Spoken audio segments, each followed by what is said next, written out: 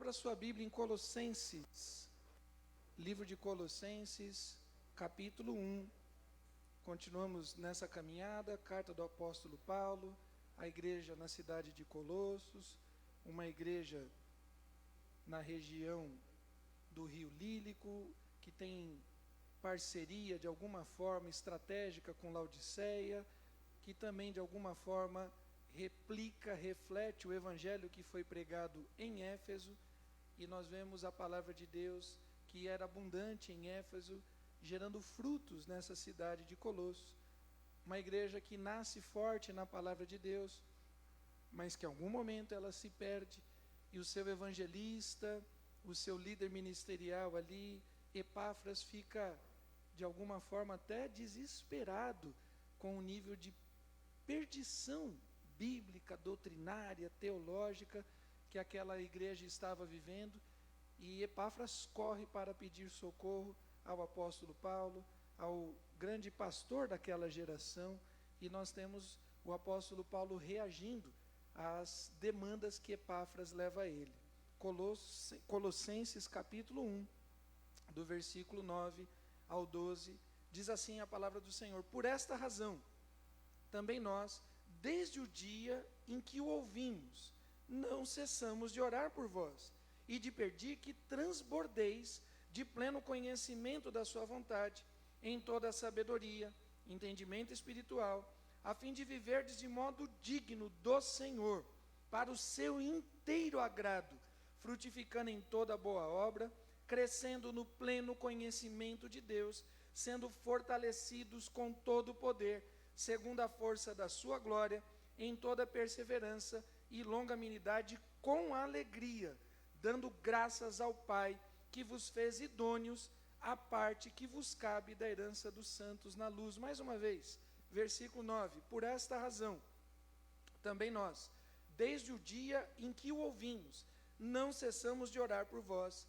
e de pedir que transbordeis de pleno conhecimento de sua vontade, em toda a sabedoria, entendimento espiritual, a fim de viverdes de modo digno do Senhor, para o seu inteiro agrado, frutificando em toda boa obra, crescendo no pleno conhecimento de Deus, sendo fortalecidos com todo o poder, segundo a força da sua glória, em toda perseverança e longanimidade, com alegria, dando graças ao Pai, que vos fez idôneos à parte que vos cabe da herança dos santos na luz. Amém? Glória a Deus. Queridos, lembramos que as notícias que Epáfras levou para Paulo não foram das melhores. A gente consegue identificar pelo texto, e a gente vai ver isso na caminhada, capítulo 2, capítulo 4, a gente consegue identificar os problemas bíblicos. Havia questões de sutilezas, havia questões de rudimentos mundanos, havia questões de filosofias humanas, havia um ato de tirar Jesus da centralidade da igreja, da centralidade da fé. A igreja evolui em algumas questões humanas, sociais, e em algum momento começa a se achar independente, inclusive da vontade de Cristo. Então, questões doutrinárias, questões teológicas profundas, algumas delas que começam nessa geração e vêm até a nossa. Nós temos questões que diziam respeito a Jesus não ser Deus. Jesus não era divino. Jesus até era algo maior do que os homens, mas era menor do que Deus. Essa é uma grande heresia que vem até os dias de hoje. Uma outra heresia parecida com essa é que Jesus não era homem. Então, de fato, não foi um ser humano que morreu na cruz e não foi um ser humano que ressuscitou. Essa era uma outra grande heresia. Uma outra heresia que está dentro desse contexto é que a palavra de Deus não é para toda e qualquer pessoa. Na verdade, existe um grupo excelente, existe um grupo iluminado, existe um grupo mais pensante, e este grupo é que tem acesso às revelações, às palavras profundas de Deus. Os simples, as pessoas indoutas, incultas, deveriam depender desses mais sábios. Tudo isso é heresia. Tudo isso colocações humanas para tirar o poderio da palavra de Deus e a centralidade de Cristo, que vai aparecer durante todo o texto. Mas também havia questões humanas, questões sociais profundas. Lembremos Por exemplo, vai aparecer lá no capítulo 4, as questões domésticas, os maridos que eram cruéis, os maridos que eram algoros das suas esposas. Paulo vai criticar, ele recebe essa demanda de Epáfras. Questões de filhos rebeldes, aparece também nesse texto. Questões de intolerância racial, questões de escravidão, tudo isso acontecendo. E Epáfras leva essas questões todas diante do apóstolo Paulo. Querido, muitas questões batem às nossas portas, muitas questões chegam às nossas vidas. Talvez você esteja com algumas delas batendo aí na sua porta e você sem saber que tipo de resposta dar. A própria pandemia que estamos vivendo, e em nome de Jesus, virando essa página, né? Nós estamos nessa esperança de ter um 2022 diferente, ou não, porque para aquele que está em Cristo, a nossa esperança continua na eternidade, amém? Se o ano não mudar, não é isso que vai interferir na nossa fé. Mas, querido, muitas questões chegam, doenças, tribulações, aflições, desemprego, problemas diversos. Qual tem sido a tua resposta? Com que maneira você tem agido? Pois bem, Paulo resolveu agir de duas formas. Na semana passada nós vimos que Paulo trouxe à memória a palavra da verdade, que Paulo trouxe à memória a palavra do evangelho verdadeiro que havia iniciado aquela igreja. Essa é a primeira resposta que o crente dá para qualquer situação. Ele crê na palavra de Deus. Ele crê que Deus está no controle. Ele crê que agindo Deus não há quem possa impedir. Ele crê que os planos de Deus não podem ser frustrados. Ele crê que nenhuma vírgula, nem mesmo um tio, nem mesmo um pingo do i será alterado da palavra de Deus, porque céus e terra hão de passar, mas as palavras de Deus não passarão jamais. A primeira resposta que o apóstolo Paulo dá é se apegar com a palavra de Deus. Nós nos apegamos a isso. Mas a segunda resposta é a que nós veremos hoje. Paulo decide orar. E o texto bíblico diz no versículo 9, por esta razão, também nós, desde o dia em que o ouvimos, desde o momento que Epáfras trouxe todas aquelas notícias, desde o momento que nós recebemos todas aquelas informações, sabe o que nós fizemos? Não cessamos de orar. Você tem feito isso, querido, na tua vida? Paulo resolveu utilizar as duas maiores, as duas principais e as duas mais poderosas armas do cristianismo. As duas maiores, as duas principais e as duas mais importantes, mais poderosas armas do cristão. É a pregação genuína da palavra de Deus e a oração, porque nós cremos num Deus vivo, num Deus presente e num Deus poderoso. Os problemas eram domésticos. Os problemas eram familiares, os problemas eram sociais e também problemas doutrinários e problemas teológicos. Mas a primeira resposta que Paulo dá é espiritual. Isso não quer dizer que nós não utilizaremos outras respostas. Diante da doença, nós iremos nos valer do conhecimento humano.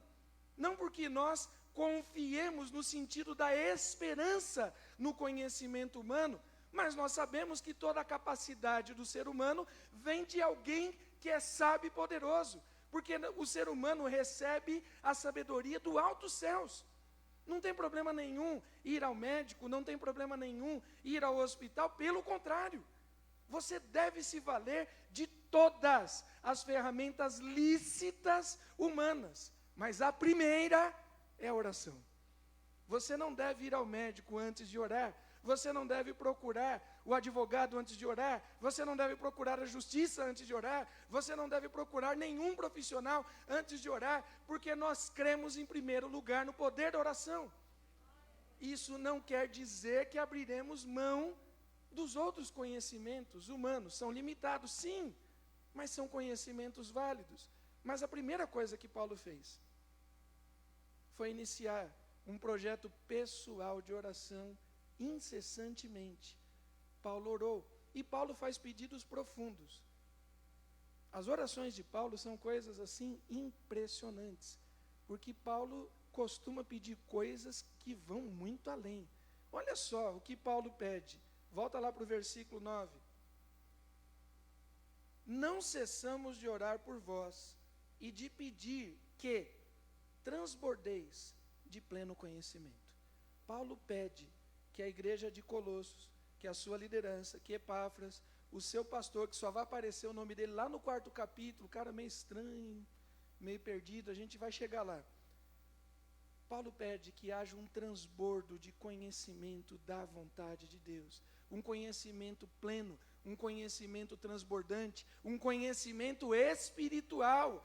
É discernimento, e discernimento é dom do Espírito. Sabedoria é graça de Deus. Aquele que não tem sabedoria, peça que Deus dá e não lança na cara.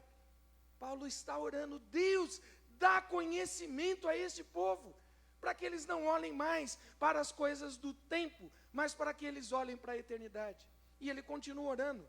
Ele fala de conhecimento, ele fala de vontade de Deus, ele fala de entendimento espiritual, mas ele fala de vida prática, para que vivam de modo digno. Agora já não é mais teoria, não é mais doutrina, não é escola bíblica dominical, não é culto de doutrina, agora é vida na rua, é na escola, é no trabalho, é no trânsito, é dignidade, é o evangelho sendo sal e luz no meio das trevas. Paulo está orando dizendo assim, Senhor, que eles impactem essa sociedade, Senhor, que as pessoas vejam o brilho da Tua glória na vida dos cristãos da igreja de Colosso. Mas ele não para, a oração é incessante, é insistente, é perseverante, para que eles vivam plenamente, vivendo de modo digno do Senhor, para o seu inteiro agrado, frutificando em toda boa obra. A vida prática do Evangelho, ela gera frutos, e frutos que permanecem. O Evangelho precisa frutificar, e nós vimos semana passada que nada resiste ao poder da palavra de Deus. Os romanos tentaram acabar com a palavra de Deus, a palavra venceu os romanos. Os judeus tentaram acabar com a palavra de Deus venceu os judeus. A Inquisição tentou acabar com a palavra de Deus venceu todos os processos da Idade Média. A morte tentou acabar com o Evangelho de Cristo, mas ao terceiro dia ele ressuscitou. Nada resiste ao poder da palavra de Deus, nem ontem, nem hoje e até a volta de Cristo. E é necessário dar frutos. E frutos que permaneçam, mas ele continua orando, é uma oração insistente, é uma oração perseverante, frutificando em toda boa obra e crescendo no pleno conhecimento. É aquela atitude de inconformidade, nós queremos mais, queremos crescer na graça, no conhecimento, nas virtudes, é amadurecimento, é aquele crente casca grossa, que já não mais se detém, já não mais perde tempo com picuinha, com isso, com aquilo, que não é qualquer situação que tira ele do eixo dele, ele está focado, ele está vendo Cristo, ele cresceu na graça e no conhecimento, é o que nós devemos buscar. E por fim, sendo fortalecidos com todo o poder, é o evangelho completo, é o evangelho pleno, é o evangelho ajustado, é o evangelho empoderado. São vidas cristãs de poder, cheia de graça. Paulo ora e faz os pedidos. E essa é a minha oração também para a nossa igreja local, a Igreja Batista em Parada 15 de novembro. E tem que ser a nossa oração para a igreja brasileira, para que nós vejamos o evangelho de Cristo prosperar. Querido, há muitas questões, muitas tribulações, há muitas aflições. A resposta do crente é a palavra do evangelho e oração sem cessar. Coloque para a gente, vamos separar 4 tipos de oração aqui de Paulo, ou 4 motivos da oração de um pastor. Passa aí. Primeiro motivo, querido, Paulo está orando para que a graça de Cristo, o conhecimento de Deus, a plenitude do Espírito transborde nas nossas vidas. Vamos ler esse texto de Efésios? Ora.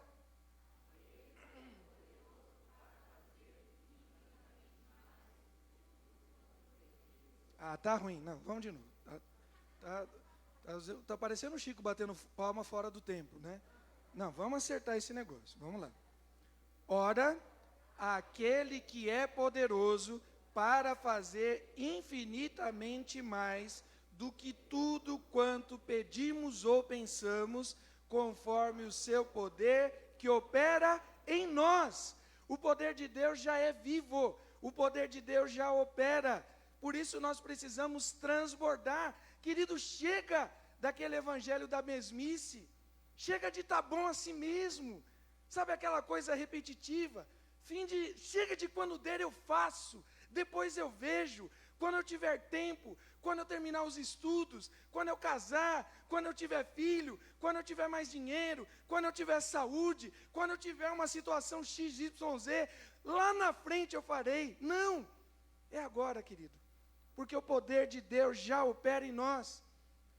Aquele discurso fraco, aquele discurso melindroso, aquele discurso da preguiça, olha, tá bom assim, se melhorar estraga, não, se melhorar, vai melhorar, porque a presença de Deus é infinita, é incomparável. Paulo está orando assim, dizendo, gente, tem mais de Deus para cada um de vocês, tem mais de Deus para cada um de nós.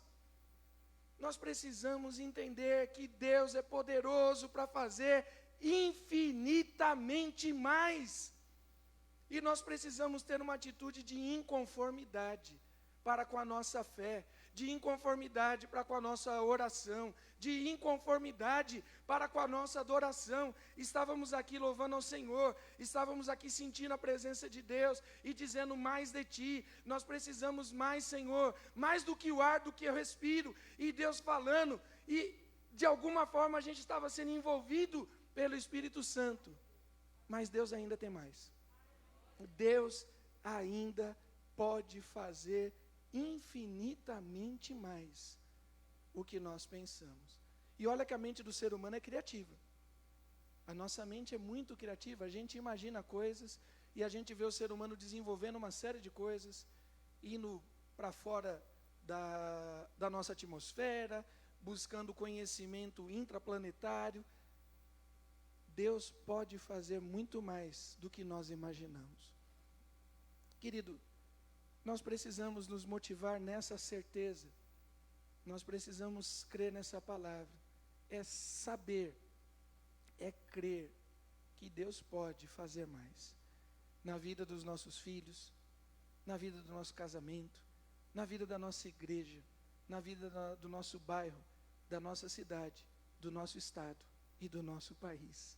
Deus pode fazer infinitamente mais o que nós pensamos. Eliseu foi um personagem ímpar na história do Evangelho, na história da palavra de Deus, porque ele era um seguidor de Elias. E Elias, por sua vez, foi um personagem que fez algumas coisas absurdamente impensáveis na época dele. Elias foi o primeiro homem de Deus, o primeiro ser humano a crer na ressurreição de um morto. Elias foi o primeiro a orar. Nós temos na figura de Abraão um ato profético. Abraão apresenta Isaac crendo que Deus ia fazer alguma coisa. Deus ia trazer Isaac à vida, Deus ia gerar de novo uma nova concepção entre Abraão e Sara. Abraão teve uma atitude espetacular. E o texto bíblico vai dizer que creu Abraão no Senhor, isso lhe foi imputado, creditado por justiça. Mas chegar e ver alguém morto, gelado, sem pulsação, sem sangue correr, e no nome de Jesus, orar e dizer para o defunto levantar, Elias foi o primeiro. Você consegue imaginar um negócio desse? A pessoa olhar para a matéria, há uma quantidade mínima de trigo, uma quantidade mínima de óleo, olhar para aquilo e dizer assim, pode fazer, mulher, faz uma quantidade de bolo para eu comer, porque Deus me mandou nesse lugar, e quando eu comer, e pela tua fé, de acreditar na minha palavra, Deus vai operar, e a matéria vai se multiplicar, e você não vai ter mais fome. Elias foi o primeiro, quando Elias ora para mexer no tempo, no ecossistema, aí ele não foi o primeiro, porque Josué já tinha feito isso antes, mas Elias orou por uma coisa diferente. Josué só pediu para o sol parar, não é coisa básica, né? Ele só mexeu na rotação, na transladação, nada assim tão espetacular, né? Ele fez o tempo retroagir, mandou parar, aquela coisa toda. Elias foi mais modesto, ele só mandou a chuva parar, e durante 3 anos e meio não choveu, E quando Elias orou, choveu de novo. E Tiago vai dizer que Elias era um homem comum, comedor de arroz e feijão, semelhante a nós. E porque Elias orou com fé, Deus agiu. Querido, Eliseu viu tudo isso. E Eliseu não se achou, olha, se eu tiver 10% do poder de Elias está bom. E já estaria mesmo. Se eu tiver 20% do poder de Elias está bom. Olha, se Deus fizer pelo menos 50% do que ele fez, através de Elias, na minha vida está bom, não. Essa talvez fosse a minha oração, a sua. Mas a oração de Eliseu foi assim: Senhor, eu quero o dobro, eu quero mais, eu quero ver o teu agir duplicado na minha vida. Paulo orou e disse assim, que é a graça de Deus, que o poder de Deus, que a misericórdia de Deus, que transborde na vida de vocês. Querido, nós precisamos pedir que Deus pode fazer infinitamente mais. Crer no poder da oração, sim, mas mais do que crer no poder da oração, é crer naquele a quem nós oramos, é crer naquele que pode fazer infinitamente mais. O que você tem orado, querido? O que você tem pedido? Paulo teve experiências profundas com Deus. Primeiro, Paulo teve experiências profundas com a religião. Paulo teve experiências profundas com a filosofia humana. Mas Paulo teve experiência profunda com Deus. E quando Paulo teve experiência profunda com Deus, ele abandonou as outras coisas como refúgio, como esterco, como lixo. Porque ele queria, sabe o que? Era mais de Deus. Mais de Deus. Passa mais um aí para a gente. Um outro motivo de oração que aparece aqui do apóstolo Paulo é pela plenitude, pela excelência, pelo transbordo do conhecimento da vontade de Deus. E qual é a vontade de Deus? Porque eu bem sei os pensamentos que tenho a vosso respeito, diz o Senhor, pensamentos do que, irmãos? E não de mal. A vontade de Deus é boa, perfeita e agradável. A vontade de Deus é que você seja feliz, querido.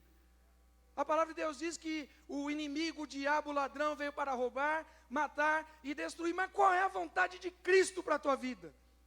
Ele veio para nos dar vida. Me ajuda, ele veio para nos dar vida e vida em abundância. A vontade de Deus é que eu e você sejamos felizes, não apenas na eternidade, mas que nós sejamos felizes agora, em nome de Jesus. Porque é do agrado do Pai. É do agrado do Pai. Ele pensa coisas maiores, Ele pensa coisas melhores, e nós precisamos crer, querido. Nós precisamos confiar na vontade de Deus. E aí tem um problema sério.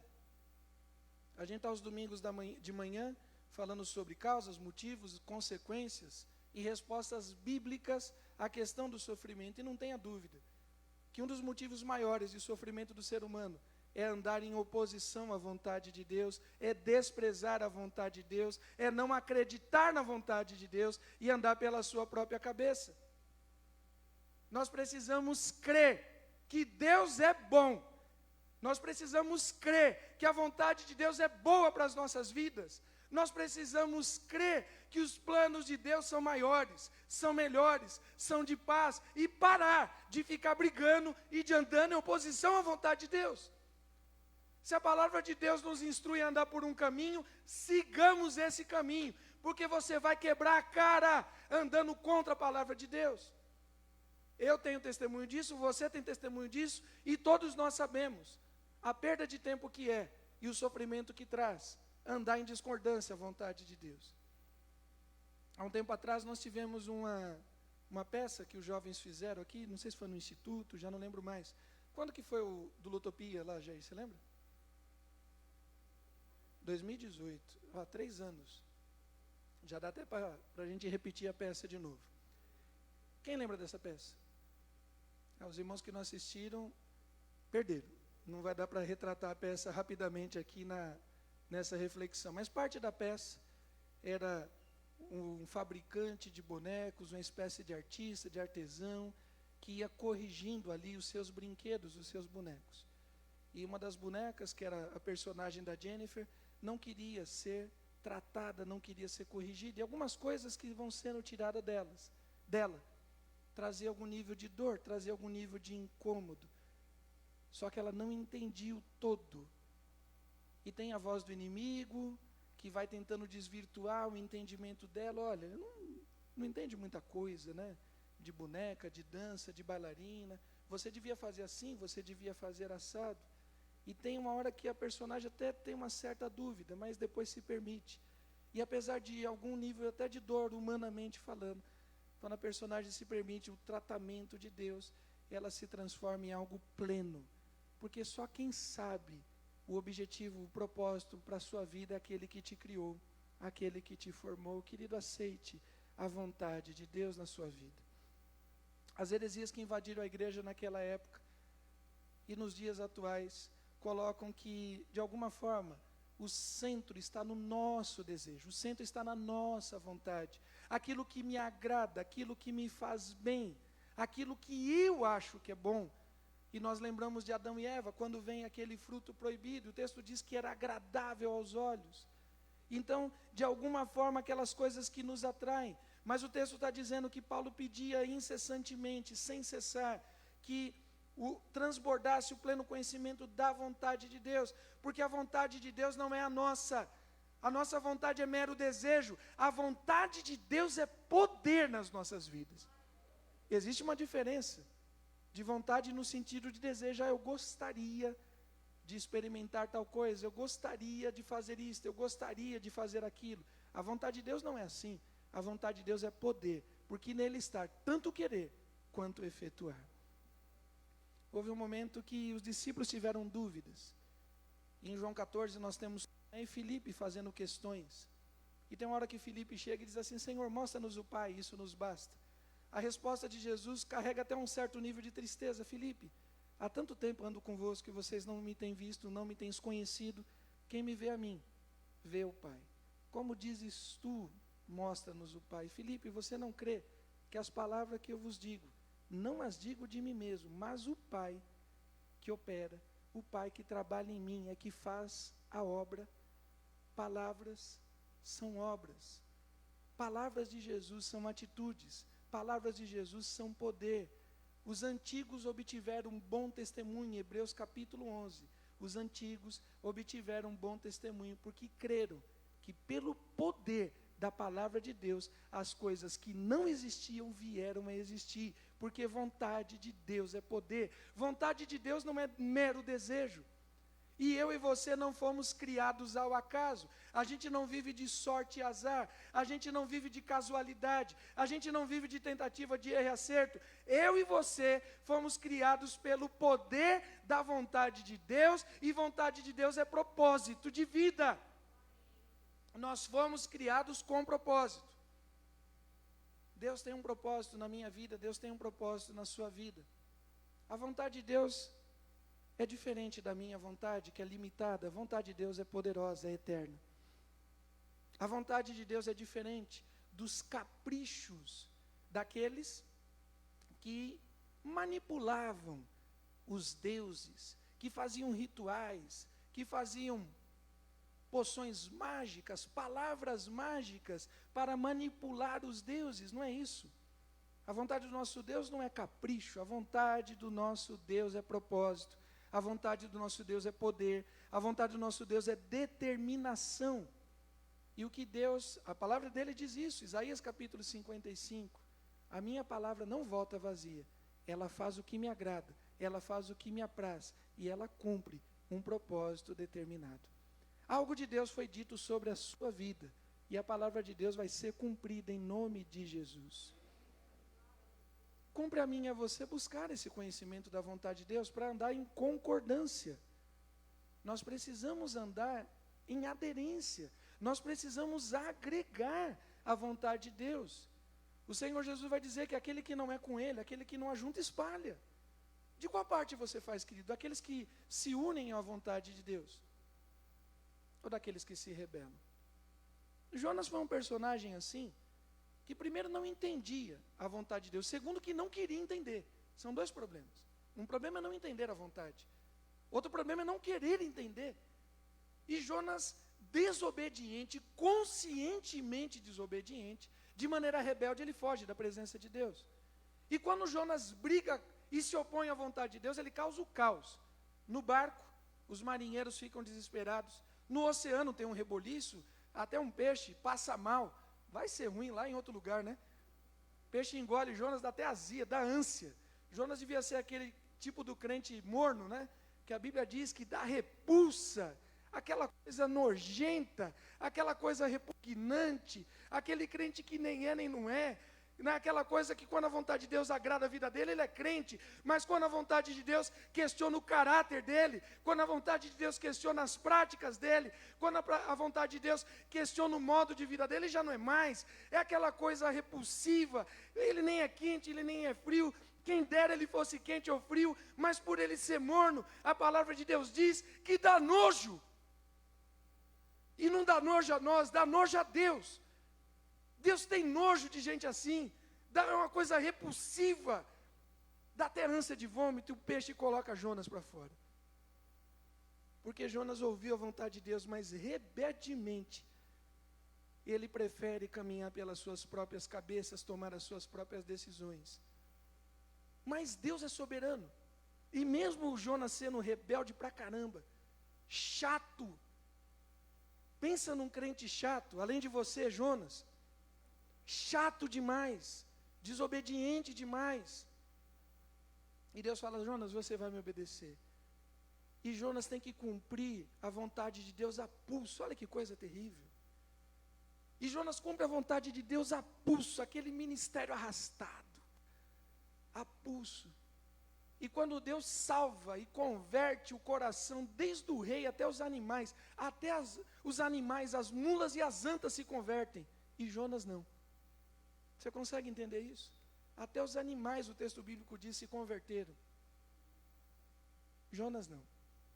E no capítulo 4 de Jonas, Jonas está chateado, irado, porque Deus foi misericordioso com os ninivitas. Será, querido, que nós temos sido assim? Paulo está orando e dizendo assim, que o conhecimento da vontade de Deus seja pleno e transborde na vida da igreja de Colossos. Que nossa vida prática seja condizente com a nossa fé. Eu comentei isso hoje de manhã lá na nossa classe.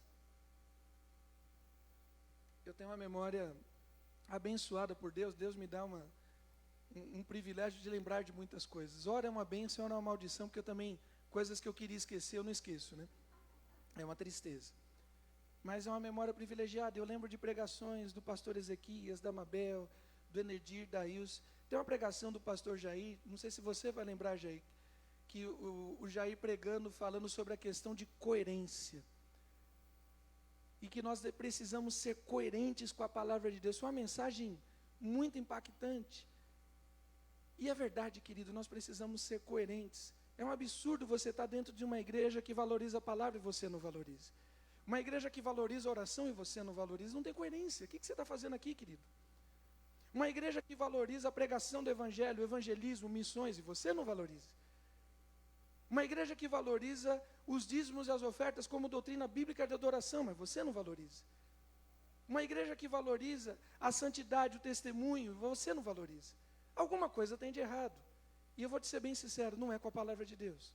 Alguma coisa tem de errado com o teu evangelho que não é coerente com a vontade de Deus. E nós precisamos reagir urgentemente, porque Deus é soberano. A sua vontade será exercida, todo joelho se dobrará, toda língua confessará. A vontade de Deus será cumprida. Mas como é bom participar da vontade dele hoje, de bom grado. Como é bom participar com alegria e não por imposição. Passa mais uma aí. Um outro pedido, uma outra parte da oração de Paulo diz respeito à dignidade, à vida digna. Versículo 10. A fim de viverdes de modo digno do Senhor. A dignidade da nossa vida não tem a ver com religião, querido. Tem a ver com agradar o Pai. A fim de viverdes de modo digno do Senhor para o seu inteiro agrado. Nós precisamos ter uma vida santa, não é para agradar pastor, não é para agradar denominação, placa de igreja, pai, mãe, diácono, missionário, presbítero. A gente precisa ter uma vida digna para glorificar o nome de Deus, porque Deus é merecedor. Por que nos abstemos de certas coisas? Por que negamos determinados prazeres carnais? Por que não compactuamos com determinadas coisas da sociedade? As pessoas vão dizer que a gente é louco, que a gente é masoquista, que a gente sofre isso, aquilo outro. Por quê? Porque isto agrada aquele que nos criou, cuja vontade dele é boa, perfeita e agradável. Vivamos de modo digno, querido. Essa é a oração do apóstolo Paulo para as nossas vidas. É a minha oração também. Vamos ler esse texto de 1 Pedro 2,15 e 16.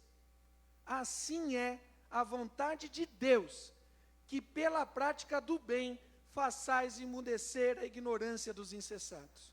Como livres que sois, não usando todavia a liberdade por pretexto da malícia, mas vivendo como servos de Deus, vivendo vidas dignas, vivendo vidas cheias do Espírito Santo lá na rua, dando testemunho, brilhando o brilho da glória de Deus, fazendo emudecer uma sociedade maligna que não entende a palavra de Deus, não pela gritaria,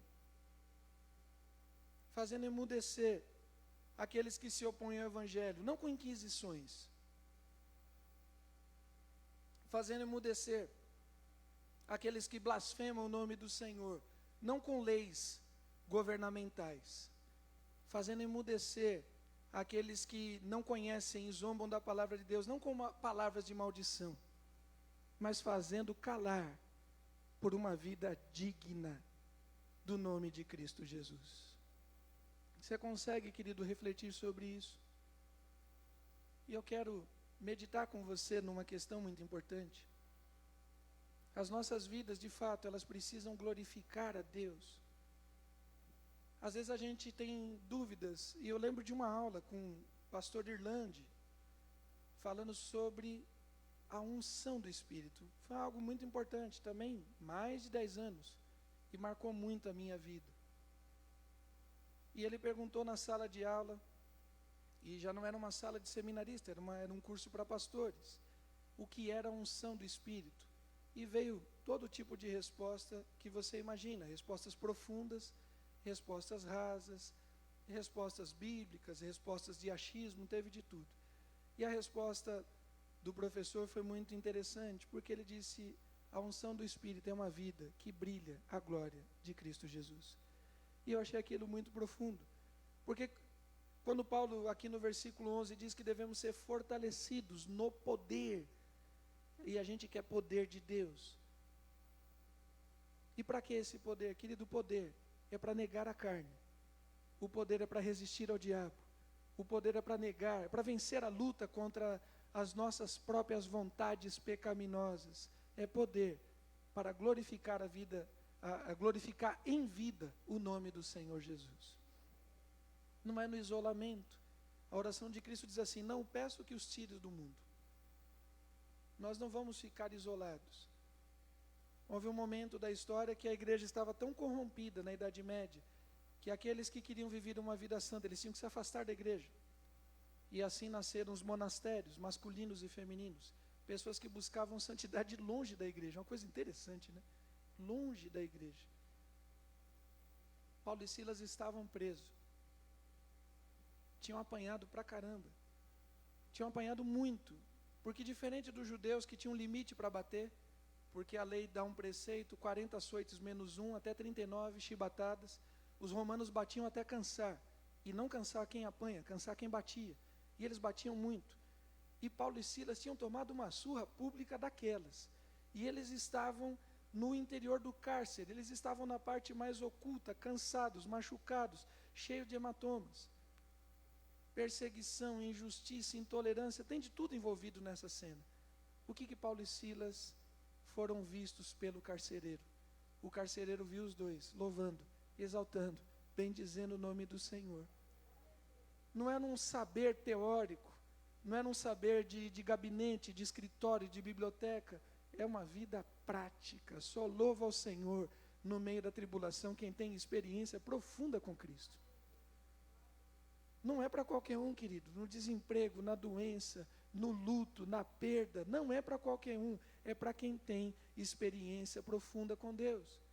Louvar a Deus em tempos de tribulação, louvar a Deus em tempos de angústia. é dignificar em vida o nome do Senhor Jesus. É sair da teoria, é sair dos domingos da igreja cheia e ir para a vida prática, é a dualidade, né? É a aplicação profunda do chamado fé sem obras. É morta. E nós precisamos operar. E o texto inicial que nós lemos, como referência, diz a respeito do poder de Deus que opera em nós. Mas é difícil viver em sociedade, mas quando foi fácil, querido?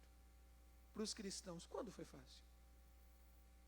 Para aqueles que procuram, se o mundo jaz no maligno, ser luz sempre foi dificultoso. O modo digno que nós precisamos viver em sociedade é o modo que agrade ao Pai. Volta de novo lá para o versículo 10. A fim de viverdes de modo digno do Senhor, para o seu inteiro agrado. Porque tem modos religiosos que agradam as igrejas, os pastores, as denominações. Houve uma época que talvez agradar a fé era os homens de terno e gravata. Houve uma época que talvez agradar a fé eram as mulheres de saia comprida. Houve uma época que agradar a fé era determinadas práticas, é o sábado, é a circuncisão, é o local santo, e não é isso. O texto está dizendo de um modo digno que agrade ao Senhor, não aos religiosos. Você tem vivido uma vida que agrada ao Senhor, as suas práticas, as suas atitudes.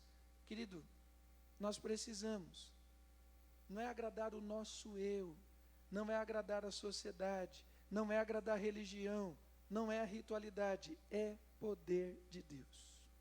Para encerrar, o último pedido de Paulo aqui nesse contexto,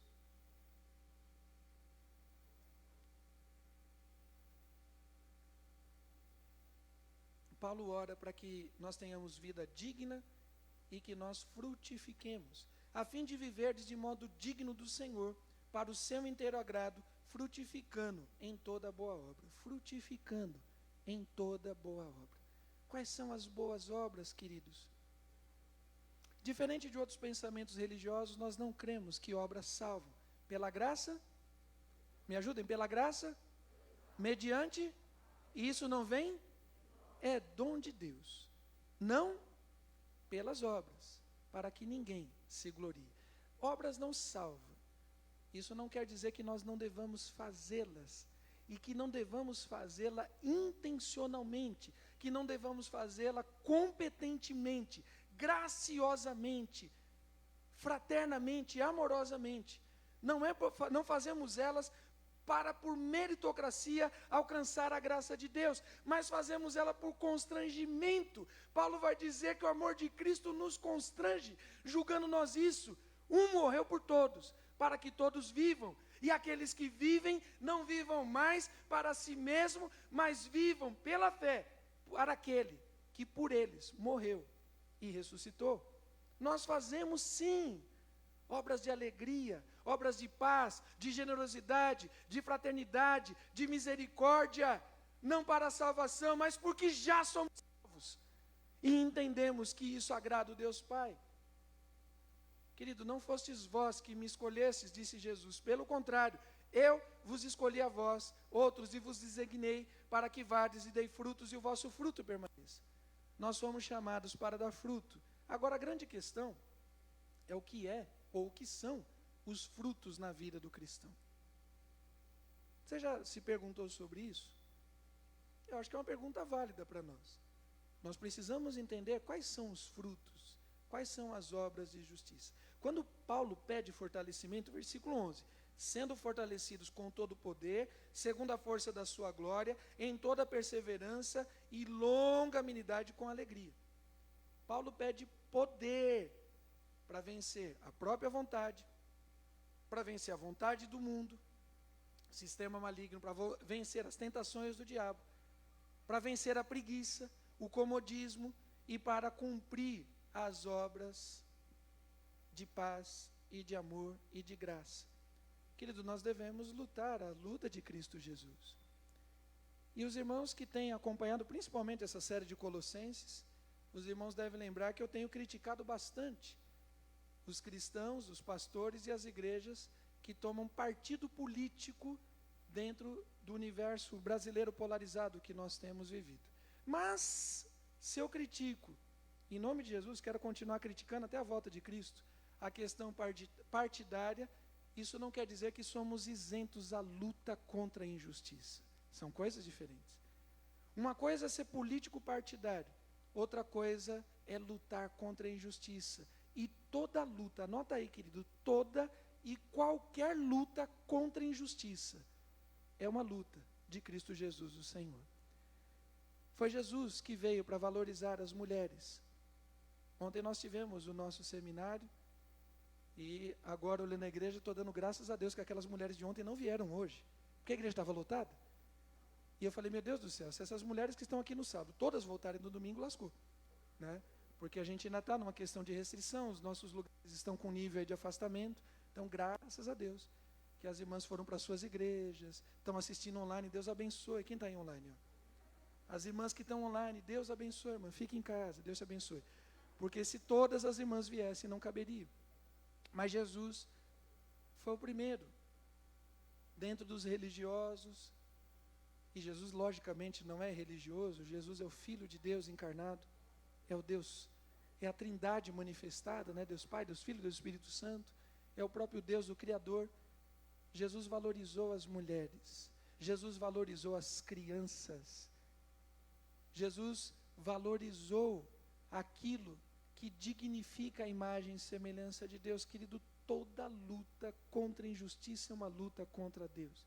O que a igreja tem se perdido não é na luta, a igreja tem se perdido nos seus parceiros. Porque como nós vimos, a resposta do cristão, qual é mesmo? As nossas duas principais armas? É o voto e o que mais? As nossas armas? Ah, não. A nossa arma é o que mesmo? Ah, a palavra e a oração, né? Porque tem gente que acha que é o voto que vai mudar o país. Não, querido, o que muda uma vida, uma família, uma cidade, um estado, um país é a pregação da palavra de Deus e a oração do povo de Deus. Você crê nisso? Vote em quem você acha que você deve votar. Não seja tonto, pesquise. Minimamente, tirando os fake news, a internet te permite minimamente conhecer a vida pregressa do candidato. O cara nunca fez nada antes na vida dele, agora ele prometeu que vai fazer, você acredita. Ei, Laia. Ai, Jesus, tem misericórdia. Quanta gente tonta. Bom, mas assim, deixando isso de lado, tem nada a ver com a mensagem, né? Tem nada a ver com a mensagem. Queridos, a nossa luta não é partidária, mas a nossa luta é pela dignidade do ser humano. O viver de modo digno não é só para o cristão. O ter uma família bem estabelecida, que tem acesso à saúde, à educação, à higiene, não é só para mim e para a sua família. O que nós desejamos a todo aquele que foi feito à imagem e semelhança de Deus. Inclusive aqueles que se opõem ao Evangelho, inclusive aqueles que perseguem o Evangelho, e nós vamos ver a loucura de Paulo, quando ele fala do complemento do sofrimento. Paulo estava aguardando um sofrimento completo.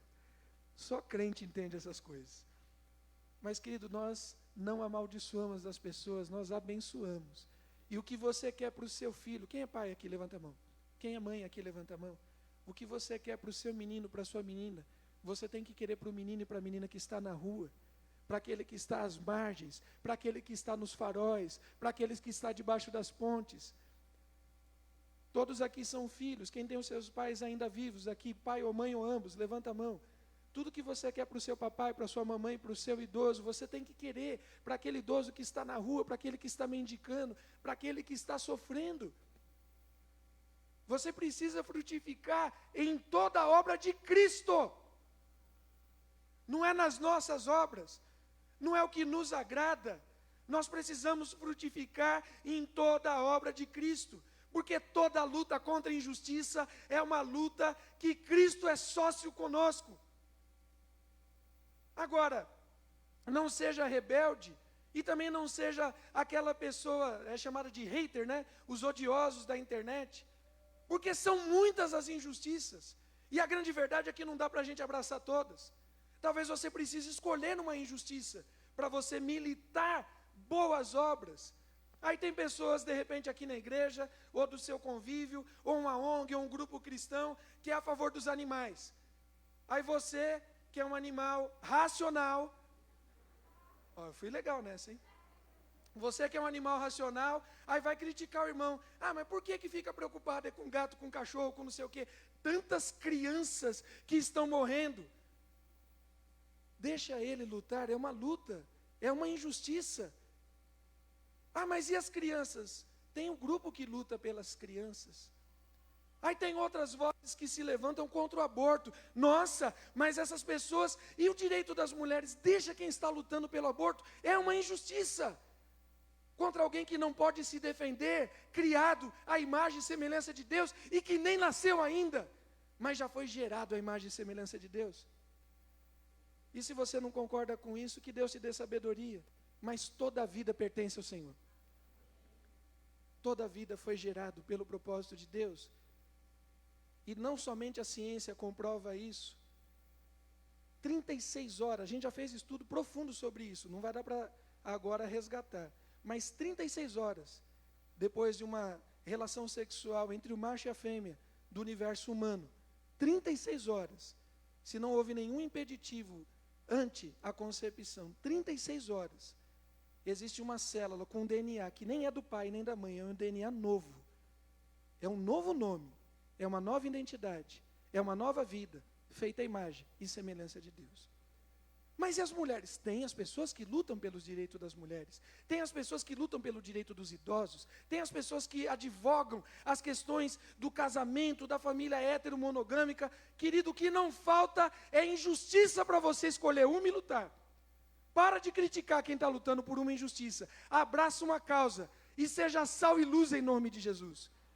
O que não falta é injustiça no mundo, e toda luta contra qualquer injustiça, aqueles que lutam contra a corrupção, aqueles que lutam contra o desserviço público, aqueles que lutam contra a violência masculina, contra a violência policial, toda e qualquer luta é uma luta, toda e qualquer luta contra a injustiça é uma luta que Jesus Cristo entra em sociedade conosco.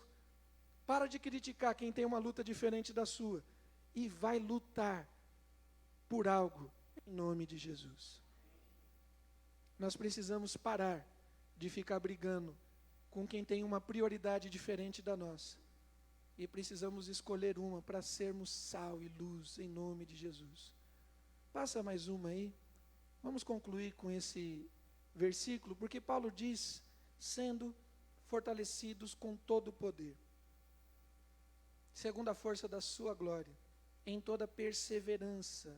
Tem que ser, querido, perseverante, longânimo, paciente, mas com alegria, dando graças ao Deus Pai. Nós precisamos de perseverança, precisamos de gratidão, precisamos de alegria. Esse é o pedido do apóstolo Paulo. E eu quero te lembrar que Paulo escreve essa carta estando preso.